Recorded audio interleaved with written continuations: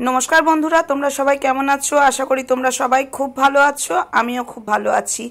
आज आमी आबार एकटा नतून रेसिपि निये चले एसेछि तोमादेर साथे शेयार करार जोन्नो। आमार संगे थेके देखते थाको तोमरा रेसिपिटा। आज आमी तोमादेर साथे शेयार करब एकबारे निरामिष भावे तैरी मोचार घंट।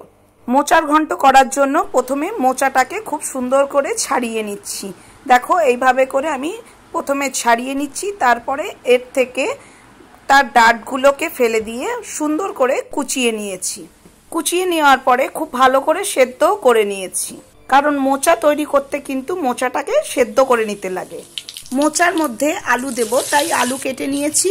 এবার আলুটাকে সরষের তেলের মধ্যে জিরে আর তেজপাতা শুকনো লঙ্কা ফোড়ন দিয়ে আলুটাকে খুব ভালো করে ভেজে নিচ্ছি। আলুটা কিন্তু আমি এখানে নুন আর হলুদ দিয়েই ভেজে নেব।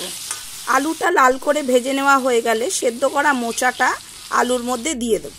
সেদ্ধ করা মোচাটা দিয়ে এরপরে কিন্তু এক এক করে মশলা আমি এর মধ্যেই দিতে থাকবো। মোচার ঘন্ট তৈরি করার জন্য আমি এখানে দিচ্ছি হলুদ, জিরের গুঁড়ো, লঙ্কার গুঁড়ো, ধনের গুঁড়ো। এই সমস্ত গুঁড়ো মশলা দিয়ে মোচাটাকে খুব ভালো করে কষিয়ে নেব। মশলাটা যখন খুব ভালো করে মোচার মধ্যে মিশে যাবে, তারপরে অনেকক্ষণ ধরে কিন্তু কষিয়ে নিতে লাগবে।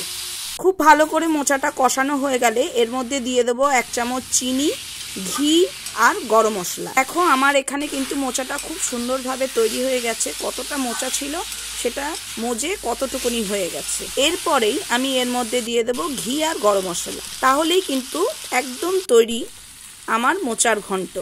আপনারাও এইভাবে নিরামিষভাবে মোচাটা তৈরি করে খেয়ে দেখবেন, খুব খেতে কিন্তু খুবই সুন্দর হয়।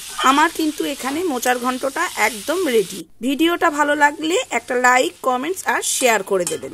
আমার চ্যানেলের নতুন বন্ধুদেরকে বলবো আপনারা চ্যানেলটাকে সাবস্ক্রাইব করে দেবেন, তাহলে আমার সমস্ত নোটিফিকেশনগুলো আপনাদের কাছে সবার আগে পৌঁছে যাবে।